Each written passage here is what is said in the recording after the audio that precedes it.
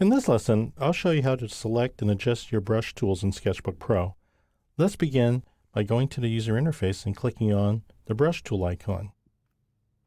Here are the 7 primary tools in Sketchbook Pro.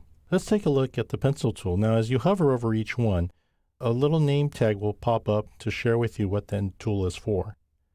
Let's go ahead and double-click on Pencil Tool. And by double-clicking, you bring up the brush properties. In this case, this is for a pencil. So by sliding the bar to the right, the pen grows in size.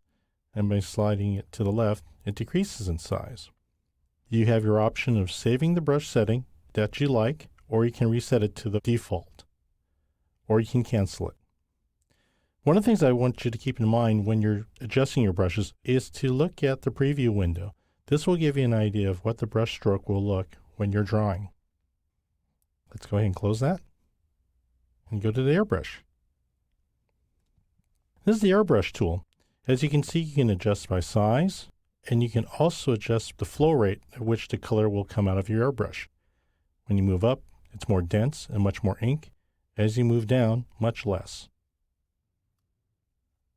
Let's go ahead and try some of that. And as you bear down on your input device, you can see how it gets more dense. So it's pressure sensitive. Let's click on the marker tool. The marker tool is very much like a Sharpie pen. You can adjust by size, and you can adjust by slant, very much like the end of a marker pen. And you can see how it puddles when you begin and end. And you can layer color very much like the airbrush tool. The tool to the right is a chisel tip marker. We'll double click on that. As you can see, you can also adjust by size and slant. And this one's much more visible because it's very much like a large marker. And you can see when I begin, it has an angle on that pen nib. And this lays down really nice opaque swatches of color. Let's go to the ballpoint pen. And like other tools, you can adjust the size of the pen, and you can also adjust the opacity of the ink. I particularly like to use this at 100% because it gives me very nice, even, consistent quality of ink color. And it's great for writing, doing detail work, and such. The one next to it is the paintbrush tool. Like the airbrush tool, you can also adjust the size and the opacity. We go ahead and save that. And you can see what you can do with the paintbrush tools. You can go ahead and paint transparent color. You can blend color. It's a great tool, especially for doing backgrounds. And the last tool is your felt tip pen tool. Let's go ahead and double click on that. What you see on this pen tool is that you can not only adjust the size of it, but if you look at the preview window, look in particular at the ends of the line, is that you can adjust the tip hardness.